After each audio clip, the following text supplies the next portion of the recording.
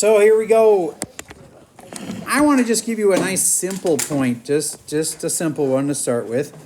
2 comma pi over 3. If you don't know where that is by now, oh my gosh, you are so far behind. Try to find that spot, put a dot there, and I'll pause for a second while you give this a shot. So remember, this is a point. So you should know where pi over 3 is by now. And how far is 2? Well, that's up to you. You can just say that's how far 2 is. But remember, it's a dot. That's the spot. Raise your hand if you generally put it in the right place. Good. Now, do you get there's a triangle around that? That's got like sides that are like this and this. You should be able to tell me then, what are the lengths of those sides? Because this is a 30, 60, 90 triangle. Therefore, you should know the lengths of those sides. And that tells you what the point is in rectangular.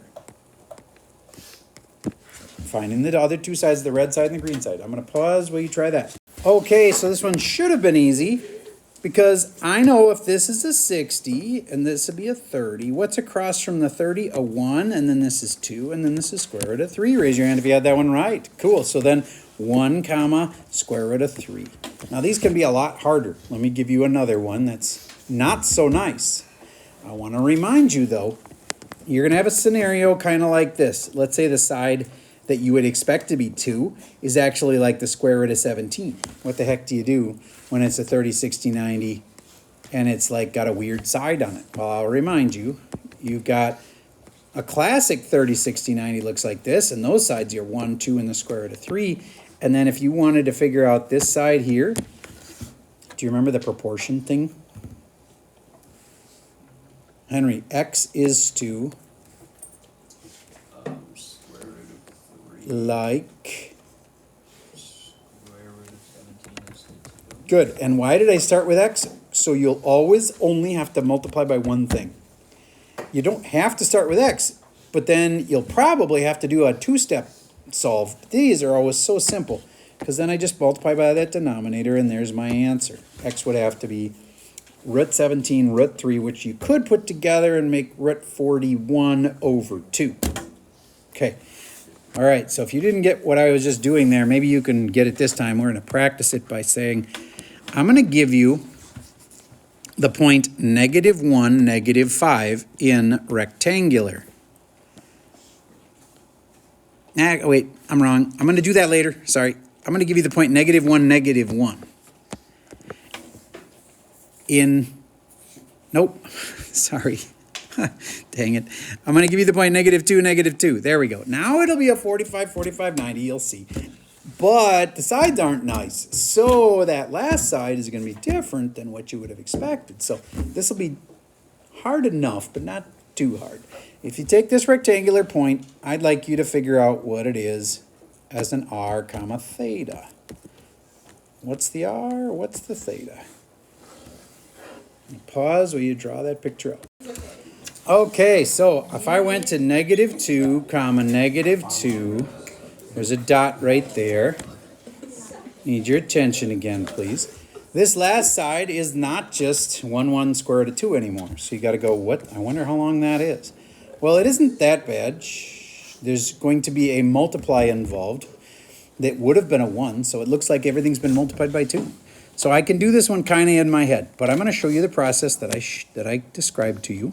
We go 1, 1 square root of 2, and then I go x is to root 2, like -2 is to -1. And then I'm going to multiply both of these by root 2. So it's the negatives will cancel. And it's 2 root 2 over 1. Now you might be like, well, mine looks different. Would yours rationalize to this? Probably would. All right.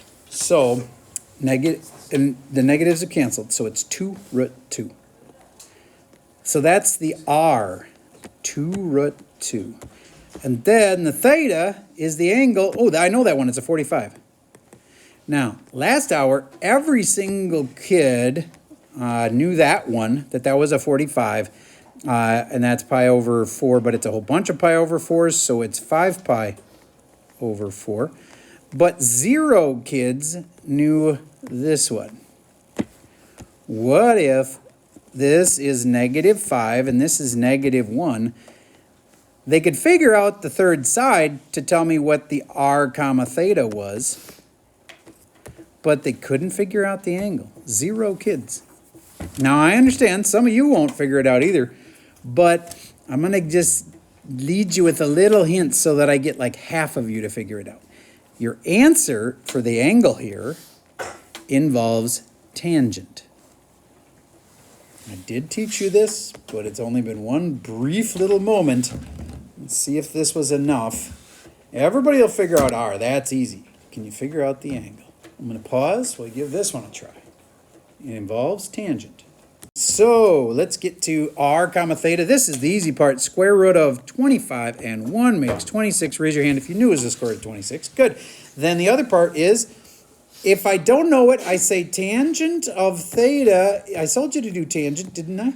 Tangent is opposite over adjacent. -1 over -5, so that the negatives can cancel. Tangent is, well, what am I supposed to do? Write that? No, you solve it for theta, and you write square root of 26, comma, inverse tan. That's what inverse trig was supposed to do for you. It gives you angles. Inverse tan of 1/5. How many of you figured it out from my vague little hint? All right, you got it over half of you. If you didn't figure it out, do you understand it now? That's an angle. Inverse, that's an angle. Those are sides. This is saying, all together, I'm an angle. Equals theta, you know? Okay.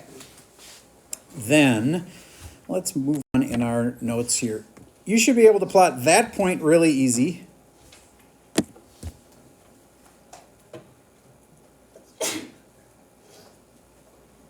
But then this point is way harder.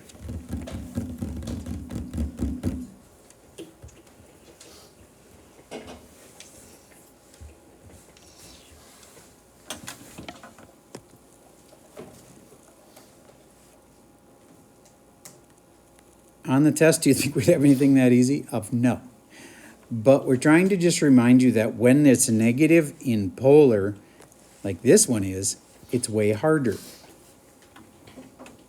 I personally think you should start by plotting 2 comma pi over 4. Pi over 4 is the same as 45. You need to have those memorized. It is right there, but 2 comma pi over 4. And then say, oh, but that's not it. It's actually -2, so I got to change it to over there and stay on the same branch. And there is my point then. Who had it in the right spot? Cool. Then can you give it to me so that it's got a positive r and a negative angle? This point right here. It's easy to say what its r is. You just make it a +2, but then a negative angle.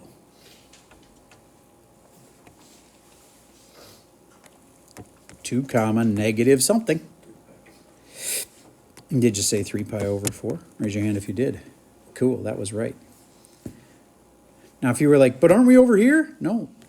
You could have +2 comma something over there, but that'd be different. Over there, it would be all the way around there with a negative, and that would be -7 pi over 4.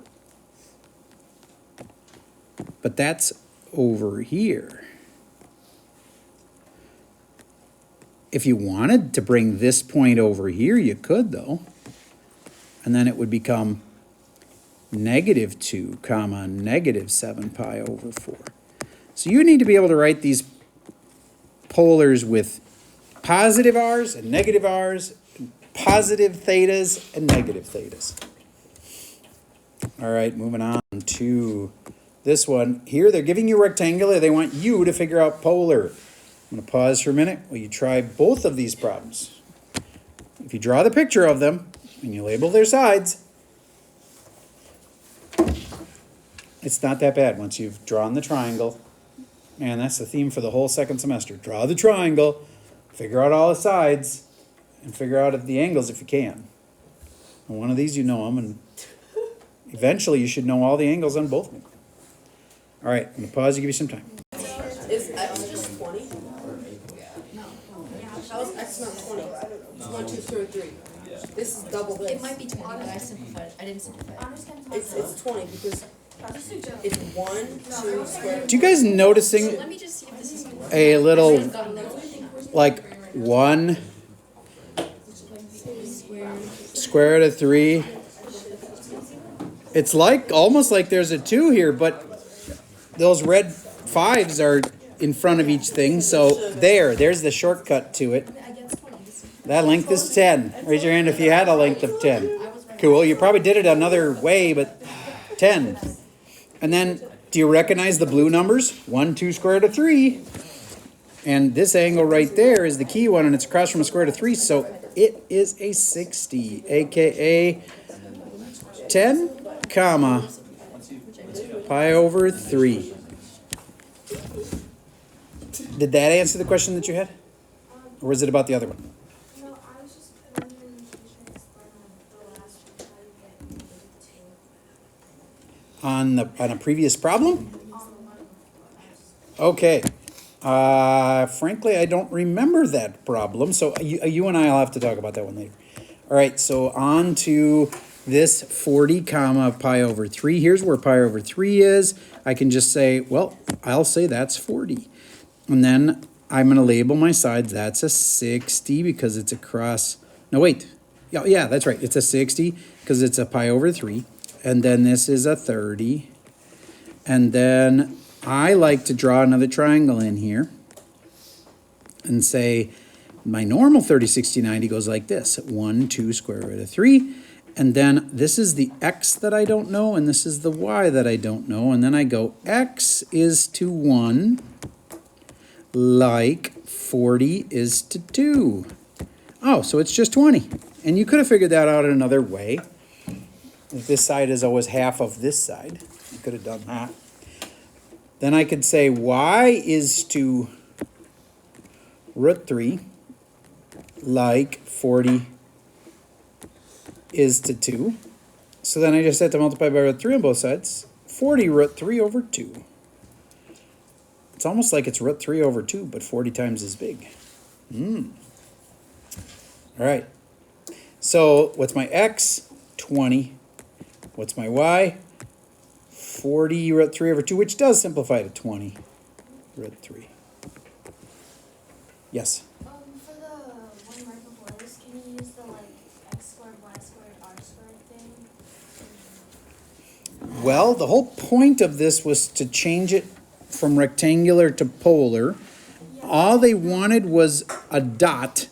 So if you're just changing a dot, like this dot right there, 5 comma 5 root 3, then I think the way I did it was the only way you could do it. Unless, did you find another way to do it that also got you 10 comma pi over 3? No, I was just wondering because if you solve for r, then you know that length of that side. There could be a genius way to do that. I don't know how you would do that. But I think you're confusing this problem with another kind where we say, like, convert this, which is part rectangular and part polar, into, on this kind of problem, you convert them, then you just have to memorize those things. Like, do you guys know r squared is the same as what? Okay, so this is seriously a good question. It just wasn't what we were doing. So imagine for a moment the job here was to change this into rectangular. So what do you replace r squared with? You guys need to memorize that. There, is that all rectangular? Does it only have x's and y's? Then it is done. Okay, that's a different kind of question. All right. So that is this kind of question. Everybody convert this over. Now, hint, if I were you, I would just keep your life simple and replace your x's with something. You're supposed to have it memorized and it starts with an R. And replace your y's with something. This might be a good time to go over to the side and just say, here's our key things. If you've forgotten what these things are, then you probably should review them for a minute. And it all comes down to this drawing, x, y, and r. Oh yeah, x squared plus y squared equals r squared. That's one of them.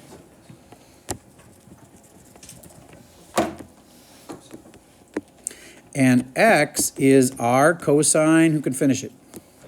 Theta.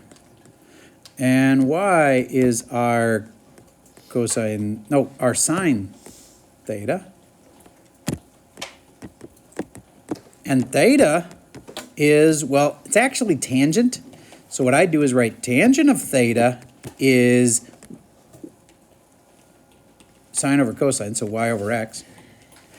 And therefore, solve it for theta, inverse tan of y over x.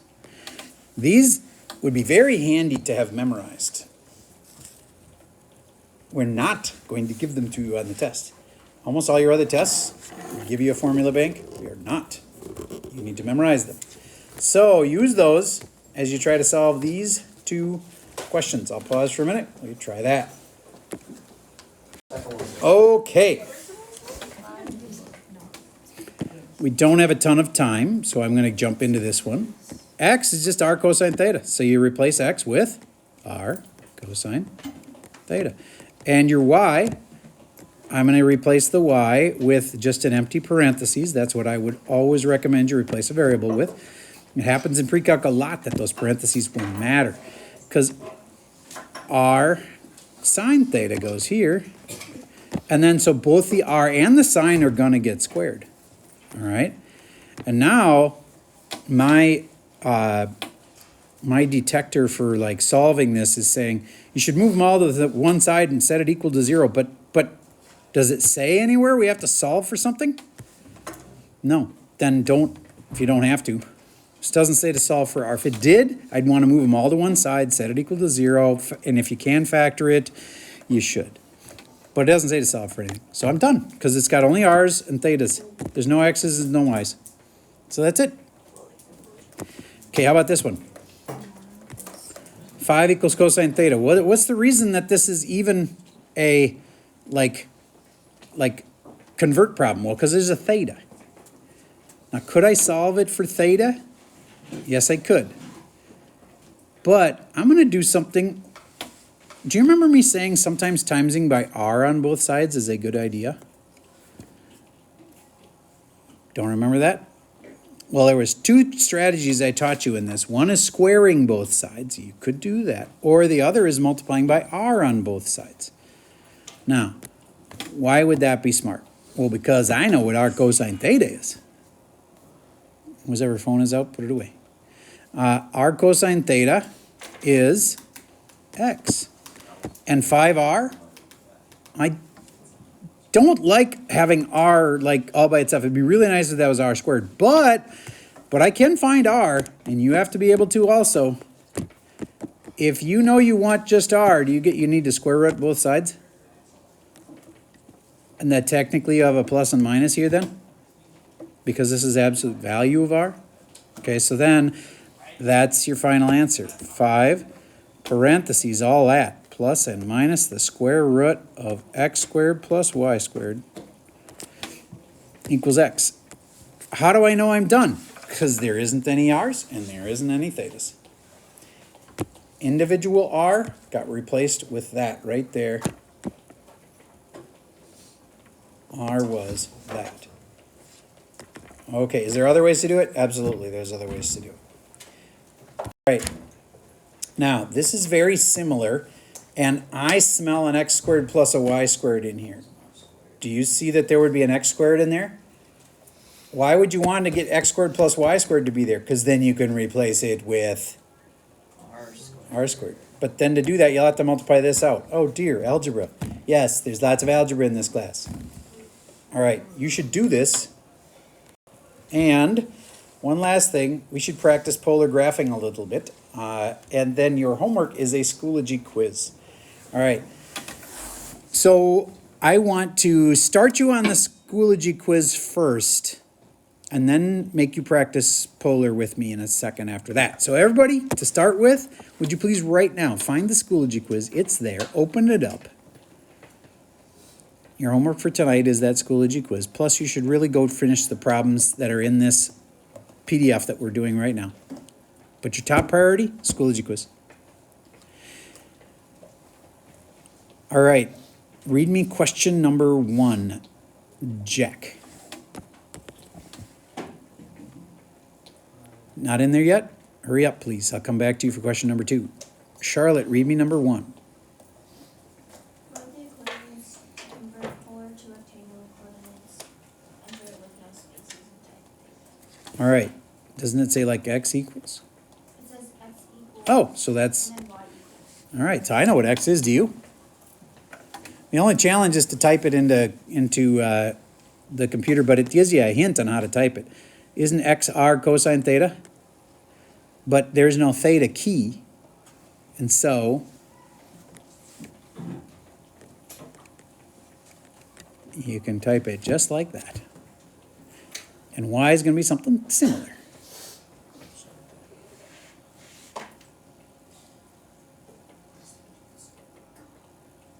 All right, so next I want to, you're going to have one like this. How do you graph something like this? R equals 4 cosine theta. Use an R theta chart. If I told you this is a lot like this, y equals 2x plus 4, it's right off of the top 20. And they say, find me 3 points. Couldn't you pick anything you want for x and then figure out a y value? And then once you graph enough points, you'll be like, oh, there's the line. It goes through these points. All right, so this is top 20 thing. If you can't do that yet, shame on you. You should learn your top 20. This is the exact same thing. It's just that you get to pick the angles. Focus on the angles here. All right, but I'm going to pick them for you just to make our life go quicker here. I would always pick pi over 2. The quadrantals are really handy on these because your answers are like 1s and 0s. So we're going to pick pi over 2. We're going to pick pi. We're going to pick 3 pi over 2. We're going to find a point for this, a point for that, and a point for this. So how do you do it? You go for, oh wait, I'm going to write the whole thing. R equals 4 cosine of pi over 2. And if you struggle with cosine of pi over 2, I encourage you to just draw the picture for it. So do you remember pi over 2 is like up here? And then you're like, is this a triangle one? Oh no, this is the one where I got to go x value of it, you know, because cosine's the x, right? This is a quadrantal. So cosine of pi over 2 depends on if you know what this is. Would you agree that this is 0, 1? And then what's cosine, the x or the y? So then what's the answer? What is cosine of pi over 2? This part right here. What's it equal to? 0. So it's just 0. So what's 4 times 0? It's 0. So what's r have to equal? R equals 4 times 0. So what's r equal to? 0. So we figured out r would be 0. All right. Do one more with me. R equals 4 cosine of pi. Eventually you'll figure out what r is, and you put it there. I asked last hour, and I was impressed. They were honest. I asked, and I'm not going to ask you right now, because it probably put them under maybe too much pressure, but I asked how many of you did a graph problem for your homework last night. 4 kids said that they did a graph out of 30.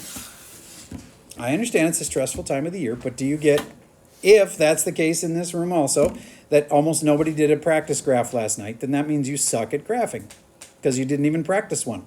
Out of all the homework problems I suggested, which was the first 2 pages, if you didn't do even one, that means you're not trying in this class, which means your grade is not going to be great on Friday's test. Okay? Ask yourself if that applied to you or not. And if it did, try extra hard on tonight's and tomorrow's. That's all I got for you for today.